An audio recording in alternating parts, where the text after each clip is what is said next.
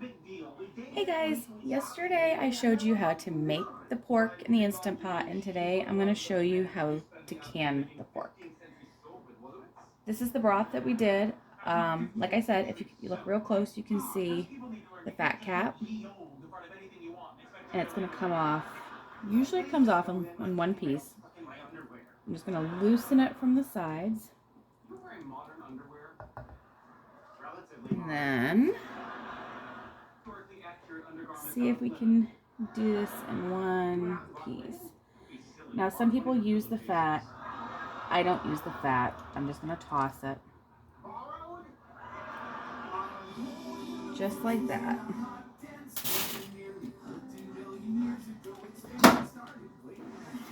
And now what we have is, you see how it's kind of gelled like that? That's what you want. That's really good broth.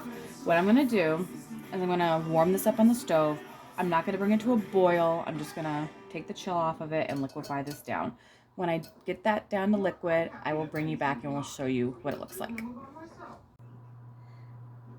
Okay, the broth is down to liquid. Now I'm going to show you how we're going to can the pork. I'll do 1 or 2 cans or jars with you, and then I'll bring you back when the canner is ready to finish heating up. Today I'm doing quarts. It's just because it's what I had up here. You can use wide mouth or you can use regular mouth. It really doesn't matter. Some things are a little easier, one or the other, but it really doesn't matter in the end. We're going to pack the pork down. Meat is a 1-inch headspace.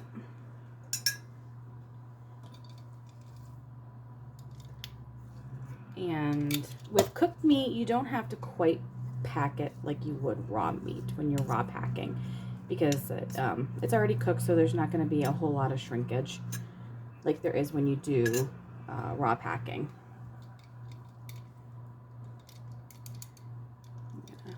A little bit more. And you can do this in quarts too if you'd rather do it, if you have a bigger family. My house, it's just me and my husband, so a pint is like the perfect size. You could even go smaller if it's just yourself, or if you just want, like, say, a lunch portion, you could do that too. You would still do the same time though as you would do for a pint. When you're doing meats, pints are 75 minutes, quarts are 90. A little bit more. Now I doubt I'm going to have a full canner load because I would have had more pork, but full disclaimer, my husband got home from his overnight shift, smelled the pork the night that I did it, and asked for pork for dinner. So we ended up with pork for dinner. So we'll see how much we get. When you do, especially meats, it's greasy. Make sure you rinse the top of your jar. I use vinegar. It helps cut down on any grease. Just go around that a couple times. Make sure there's no grease, no oils from your fingers. And I'm going to do it twice, because now that we have this in here, we're going to put our liquid up to the 1 inch, and this is your 1 inch mark on a jar. If you look at your jars, turn it just right, you see these 3 rings?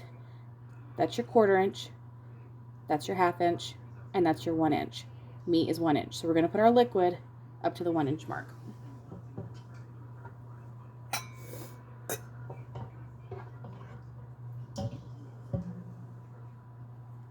And then once we get that, we're going to debubble. And debubbling gets all the air out. You don't want any air in your jars. You don't want any little air pockets. So I just take a chopstick. They do have a special tool that's made just for this. I just use a chopstick. I had one years ago. It got lost, and honestly, I didn't want to replace it when a dollar chopstick does the same thing. Now we're going to look. That's perfectly at 1 inch headspace. So I'm going to take the vinegar and I'm just going to go along the tops one more time. When you're washing your jars and getting them ready too, run your finger across, make sure there's no chips. And then you put your ring on the front. I'm sorry, your lid. Don't touch the rubber gasket. and it's fingertip tight. So when you go like that and you can no longer force it, you're good. However, I have a very bad wrist, so I use this little tool that helps me. Unfortunately, I don't think Ball makes that tool anymore, but every now and then I do see them pop up on eBay. I'll show you one more jar together.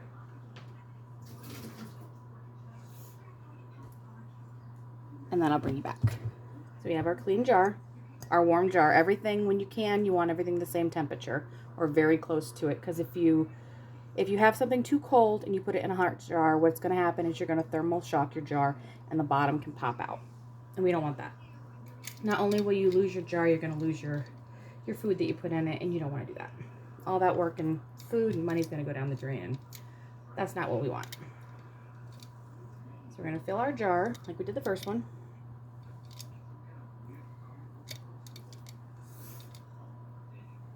I definitely prefer using wide mouth jars when I can, only because it's a little easier to work with. Especially if you're doing something like if you're doing pie filling, I won't even put them in a regular mouth jar. It's too messy, it's too hard to work with. So there's certain things there is an advantage. I'm going to pack that down. Remember, you don't have to do quite as much as if it was raw. Put my funnel on.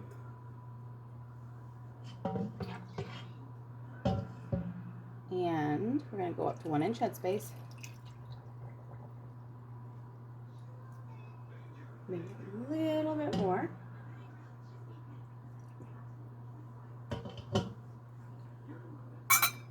And then we're going to debubble. And then after we debubble, we'll see if we need to add any more liquid. Headspace is very important when you're processing. And headspace is going to change depending on what you're processing. I can see I'm just a little bit low, so I'm going to add a little bit more.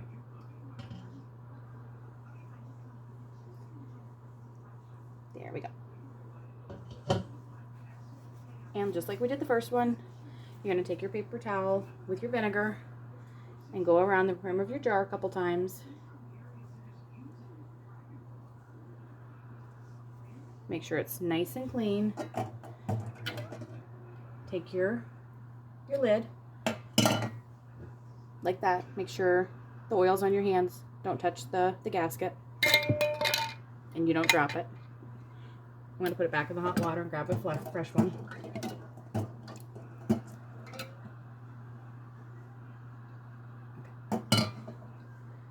that. We're going to put our ring on. Not too tight. Just fingers tip tight, unless you have one of these. And what this is, you see these little arrows? Once you put that on, you only turn it until your arrows match up.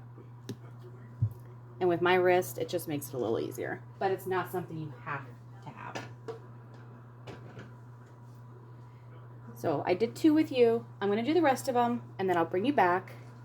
And we will see how many jars we get out of this batch. Like I said, we'd had a little bit more, but that's okay. So I will bring you back in just a little bit. Okay, I ended up with 4 pints. I would have had probably 6, but this is good because it'll add to the pantry. I'm going to leave the empty jars in here, and we're going to put the lid on. These are heated up. When you put your lid on, always make sure your petcock doesn't have any obstructions, that you can see through it every time you put your lid on. I'm going to line up my arrows, turn it, and there we go. Now, you don't do anything until you're going to see a steady stream of steam come out of here. And when that happens, it's kind of hard to see, but I'll try to bring you back so you can see what it looks like. But once that starts, you're going to start a 10-minute timer to get all the air out of the canner. So I will bring you back when that starts to have some steam come out of it. Okay, the steam has started. It's kind of hard to tell, but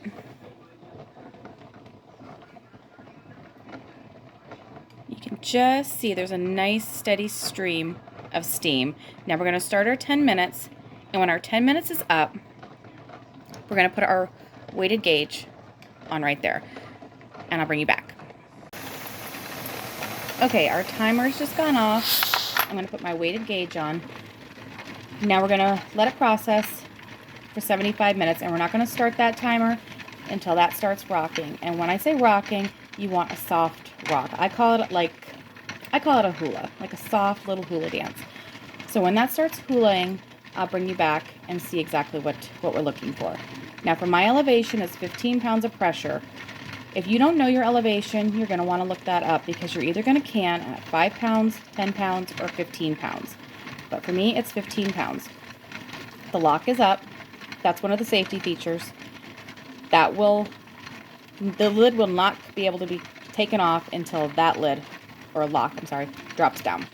So when this starts rocking, I'll bring you back so you can see exactly what it's supposed to look like. Okay, it started rocking. I started my timer for 75 minutes, and that's about what you want. Just a nice, soft little rock. It could even be just a smidge softer, but that's what we're looking for. Now we're going to let it go for the 75 minutes, and when the 75 minutes is up, we're going to cut off the heat, and then you're going to walk away. You are not going to touch the weight on it. You're not going to touch anything. You're not going to move the canner. You're just going to cut the heat off and walk away. And as soon as that pin drops, that little lock right there, that's when you know it's going to be safe to open your canner. So when that drops down and we get the lid cracked, I will bring you back and we'll see what we have in the canner and how everything looks. Now there's a whole little process I do. I don't automatically just completely take the lid off when the timer's done. What I do is, as soon as that drops, I will take that off and I wait 20 minutes. When that 20 minutes is up, then I will unlock the top and I'll set it on the top of the canner so there's a little gap right down in here. And then what I'll do is I'll put it kitty corner on the top just so it can sit, and that's for another 20 minutes. So it'll be 40 minutes before we even take the jars out. But when we are ready to bring the jars out, I'll bring you back and we'll see what we have. Okay guys, we are back. The canner is completely come down. The pin dropped. We did our 20 minutes sitting with the jiggler off. We did 20 minutes with it sitting kitty corner, and now we're going to take them out. When you tip your canner, always make sure you go away from your face. You take the lid off. Turn you a little closer. There we go.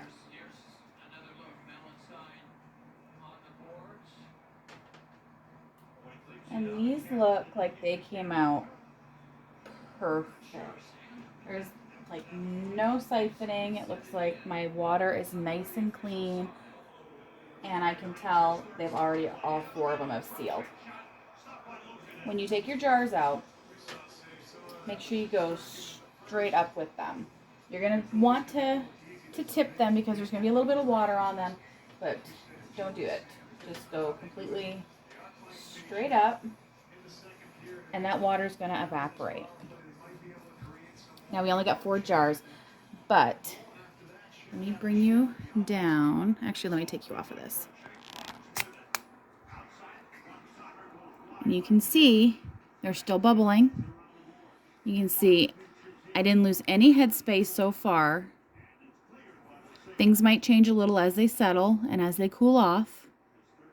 But for right now, these 4 came out perfect. And I'm going to show you my water.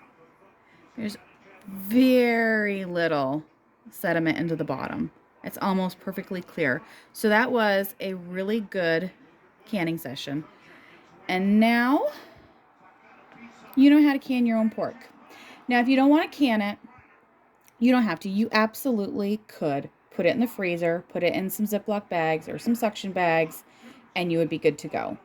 But this is how I can pork. This is how I've been doing it for a number of years, and I hope you give it a try. If you do, let me know how well it turned out. And until next time, have a good night, and it is time for my bed. Good night, guys.